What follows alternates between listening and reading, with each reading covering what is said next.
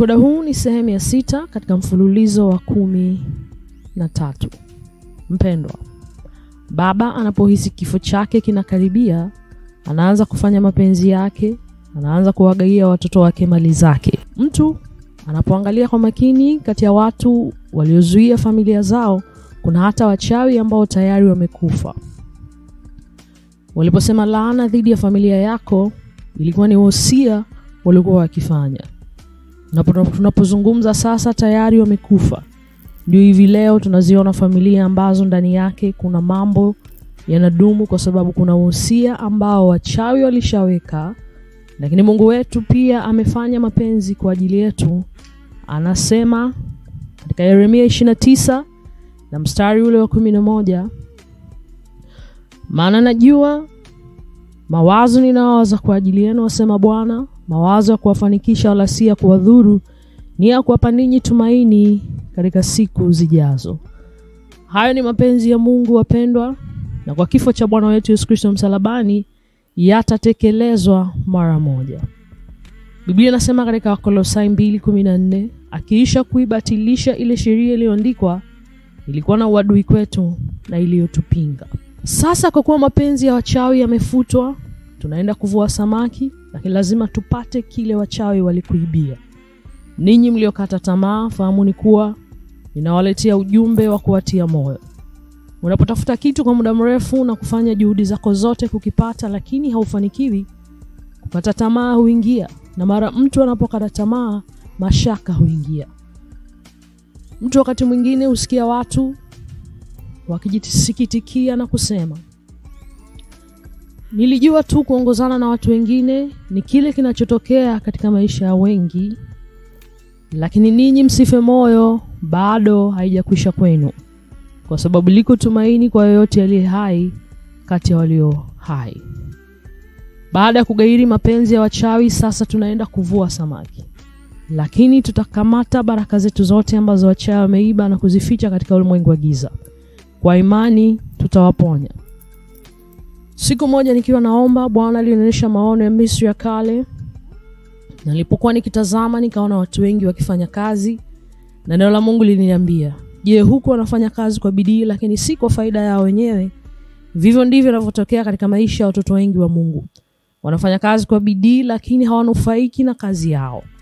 Mapiramidi tunayoona Misri hayakujengwa na Wamisri, bali wana wa Israeli.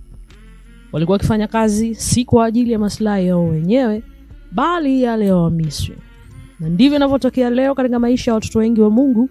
Wana wa Mungu wanafanya kazi tena kwa bidii sana, lakini hawafaidiki na wanachokifanya. Wachawi ndio wanaoibia matunda ya kazi yao.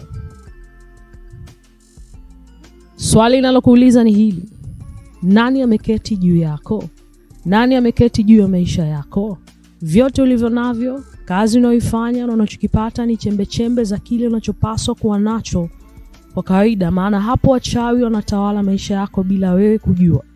Lakini kwa jina la Yesu tutawakanyaga adui zetu wote, tutawakanyaga wachawi wote wa familia zetu na vitongoji vyetu, wa mitaa yetu na kadhalika. Kwa hiyo unayependa kuongea sana, ujue tayari umefanikiwa kujisaliti bila wewe mwenyewe kujua.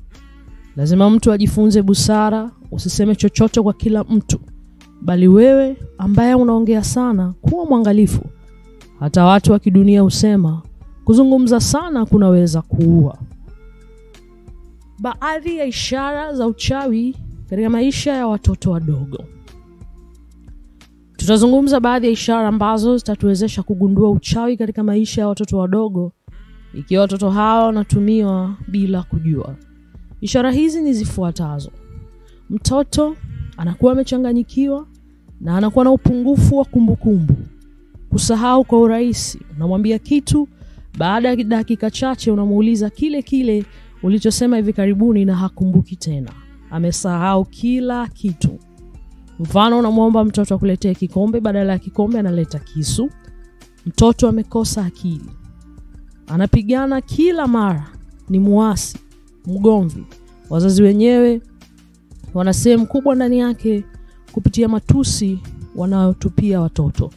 Unapomtukana mtoto wako, kama kwa mfano unamtukana mbwa, na hutokea kwamba wachawi anapita, basi lile neno mbwa linaenda kuleta athari kwenye maisha ya mtoto. Hatari ya kufuga paka. Hapa tena natoa mawazo yako. Paka ni mnyama ambaye hutumiwa sana na wachawi. Mchawi anapomtumia paka anaweza kufanya nini ili watu wajihusishe na uchawi? Paka anaweza kuja mahali unapokula, na wakati anajikuna nywele zake huanguka, na mara tu zinapoanguka kwenye chakula chako wakati unakula, uchawi huanza. Mtu anaingiaje kwenye uchawi? Uchawi unaweza kuambukizwa kwa njia 3.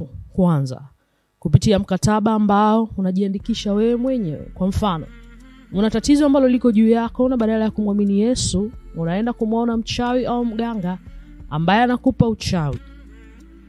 Mfano wa suluhisho, uchawi huu unaotumiwa kufanya ujihusishe na uchawi bila kufahamu, na kukadiri muda unavyosonga, mchawi husika atakubadilisha na utakuwa mchawi fahamu. Ukiwa na tatizo hata liwe gumu kiasi gani, nenda kwa Yesu Kristo. Yeye ndiye suluhu, yeye ndiye Bwana wa yasiyowezekana. Anavita vitu ambavyo haviko kama vile viko. Ninamuita mtu wa suluhisho. Sio tu kwamba Yesu Kristo suluhisho, bali pia ndiye suluhisho. Pili, kupitia urithi wa familia. Kuwa mwangalifu. Inaweza kutokea kwamba wanakuita na kukuambia, ni wewe ambaye utakuwa msimamizi wa familia, chukua hii kuanzia sasa. Utakuwa kichwa cha familia. Jihadhari sana, kwa sababu mtu atakuingiza kwenye uchawi. 3, uchawi wa ushawishi. Ninasisitiza hapa na kutaka mawazo yako kwa uchawi wa ushawishi. Kuna nia kuwa mchawi, lakini mtu anakufanya ujihusishe na uchawi bila mapenzi yako. Na aina hii ya uchawi hutokea kwa chakula. Haupasi kula chochote. Ningependa pia kuvutia umakini wa wazazi. Ikiwa hujui hali ya kiroho ya majirani zako, kamwe usiruhusu watoto wako kula huko. Kwa ufupi, kamwe usiruhusu watoto wako kula kwa vyovyote vile wakati hawapo nyumbani. Ni vizuri ukisikia uchawi kwa mbali, maana ukifika nyumbani kwako kutakuwa na balaa kabisa na utapendeleza kifo. Kwa mara nyingine tena, kumbuka wazi kwamba uchawi ni uharibifu katika maeneo yote. Malengo ya wachawi kanisani. Nilipokuwa mchawi, shetani alikuwa ananitumia kanisani. Ni sehemu inaonekana ya jeshi la Yesu Kristo. Kwa hili tubidi kufanya kila tuwezalo ili kufanya kanisa lisiwe na madhara. Tulikuwa na kazi nyingi. Kazi ya kwanza, tulipoingia kanisani, kazi ya kwanza ilikuwa ni kuwafanya watoto wa Mungu kutokujua neno la Mungu. Katika kiwango hiki ninavuta usikivu wa mahubiri wa neno. Ukiona uendi katika hofu ya Mungu na huna maisha ya utakaso, usihubiri, maana ukihubiri utalitia kanisa hasara kubwa. Tulipoingia makanisani, tulichanganyika pia na umati wa watu na kuanza kuminya kidole kwa namna fulani. Na wakati tunafanya hivyo, hakuna mtu aliyegundua, hakuna mtu aliyependezwa na kile tulichokuwa tunafanya. Kwa kufanya uchawi huu, tulikuwa tukifunga ulimi wa mhubiri, na moja kwa moja akasahau ujumbe wote aliokuwa ametayarisha na kuanza kuwasimulia watu wa Mungu hadithi zisizojenga. Ibilisi alituambia kwamba tunapaswa kufanya hivyo ili Wakristo wawe dhaifu, kwa sababu wasiposikiza neno la Mungu watadhoofika kiimani. Sawasawa inavyosema katika Warumi 10:17, basi imani chanzo chake na kusikia ule ujumbe, na neno hilo husikiwa kwa neno la Kristo. Kwa hiyo tusipofaulu kugeuza ulimi wa mhubiri huyo, astaweza kuongea upuuzi. Na nilikuwa kusini, nilifanya hivi, nilifanya vile. Sawa, kama ulikuwa kusini kiwa ulifanya hivi na vile, hivyo inawezaje kutujenga? Haituhusu. Ukiwa kusini ni shida yako, ukifanya hivi na vile ni shida yako. Afadhali unahitaji kuhubiri neno la Mungu, kwa maana neno ndilo linalotoa, kuokoa na kuponya. Ndio sababu Yesu alituambia katika Yohana 8:32, ndipo mtafahamu kweli na hiyo kweli itawaweka huru. Kazi ya pili, ilitubidi kuwaweka wana wa Mungu katika umasikini na kuwasukuma wawe chini ya laana. Kuhusu umasikini, ilikuwa ni lazima kuunda ubutu wakati wa kutoa sadaka. Na baadhi ya watu muda wa kutoa sadaka ukifika, wanaanza kujihisi wazito. Ni shetani. Wachawi ndio wanasababisha hayo. Ili kuepuka kuingia katika mtego wa shetani, ni lazima mtu ajue jinsi ya kumtolea Mungu. Maana Biblia inasema katika Mwanzo 49 na mstari 25, kwa ajili ya Mungu wa baba yako akusaidiaye, kwa ajili ya Mwenyezi akubarikie kwa baraka za Mungu, mbingu juu, baraka za vilindi vilivyo chini, baraka za matiti ya tumbo. Yote hii ni kazi ya Bwana anayebariki. Ibilisi alituambia, ikiwa watoto wa Mungu watatoa matoleo yao, sio tu kwamba watavunja masikini, lakini pia watarejesha vyote ambavyo tayari nimezuia. Sadaka ni ufanisi na ni ili kuwasukuma watu wawe chini ya laana. Shetani alituambia tuwatoe watu ambao hawaheshimu Mungu. Biblia inasema katika Mithali 1:14, na alaaniwe mtu mwenye hila, aliye na dume aliyekubalika katika kundi lake, na kuweka nadhiri ya kumtoa, kisha akamtolea Bwana dhabihu ya mnyama aliye na dosari. Mfano, una shilingi 5,000 mfukoni, na wakati wa kutoa unampa Mungu shilingi 200. Unapotoa sadaka, tatizo si kujisimamia na kuelekea kwenye kikapu cha sadaka. Tatizo ni kujua unachoweka kwenye kikapu. Kazi ya tatu, ili tubidi kuzuia miradi ya kanisa. Tulikuwa na wachawi wenye nguvu ambao walitakiwa kujipenyeza kwenye kundi la viongozi. Wewe unapoona watu kanisani wanapigania cheo kanisani, ujue unajishughulisha na wachawi. Kuinuliwa kunatoka kwa Mungu. Kwa kuwa ni kanisa la Mwenyezi Mungu, subiri hadi Mungu mwenyewe akuteue nafasi katika kanisa.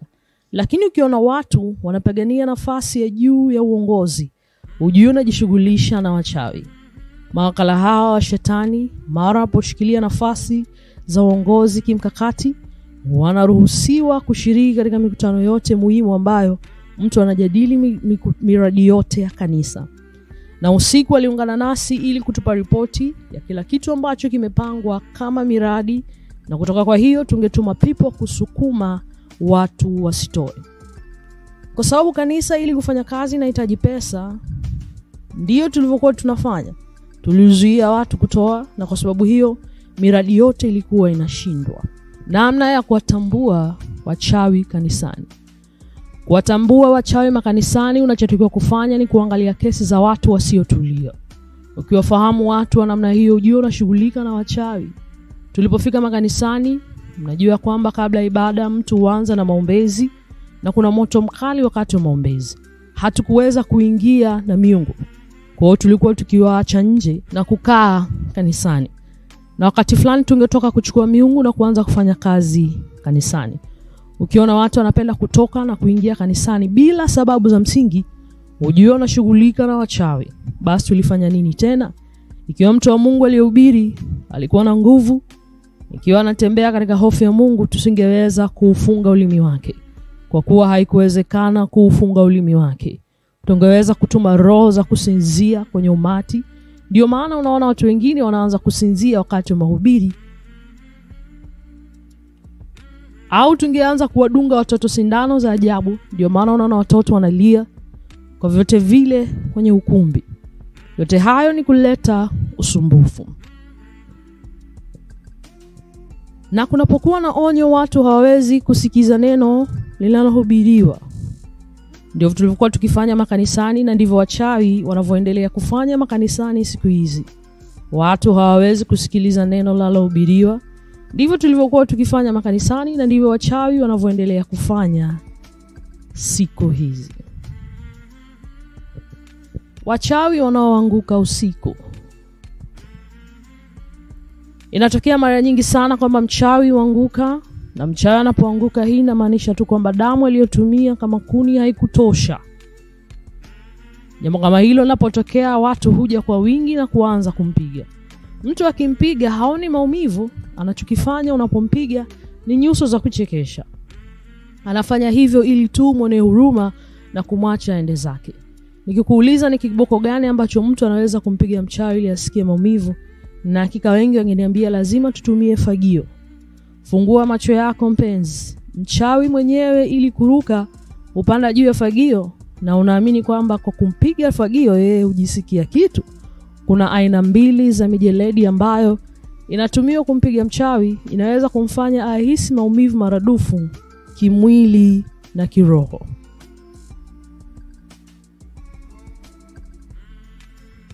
Ya kwanza ni euphorbias. Unapotumia kuwapiga wachawi, basi uhisi maumivu maradufu. Wewe mchawi ulio kati yetu, ikitokea ukaanguka siku moja, ujue kiboko anachotakiwa kukitumia kukupiga kinajulikana. Lakini sisi wana wa Mungu hatuhitaji hata kiboko hiki. Biblia inatuambia katika Efeso 6:12, kwa maana kushindana kwetu si juu ya damu na nyama, bali juu ya falme na mamlaka, juu ya kuagiza hili, juu ya majeshi ya mapepo wabaya. Kwa hiyo mapambano yetu si ya kimwili bali ya kiroho. Unapaswa kujua kwamba wachawi pia wana haki ya wokovu, kwa sababu Mungu ameacha utukufu wake mbinguni ili kufuata na kuokoa wale waliopotea. Kwa hiyo wachawi nao wanatakiwa wahubiri wokovu, kwa sababu vita yetu si dhidi ya watu bali dhidi ya uovu ulio ndani yao. Mahali pa kukutania wachawi.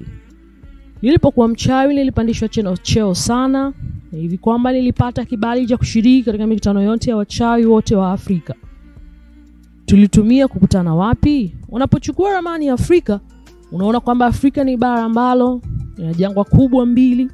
Kaskazini katika Maghreb kuna jangwa la Sahara, na kuelekea kusini kuna jangwa la Kalahari. Jangwa la Kalahari ni idara kuu ya wachawi wote wa Afrika.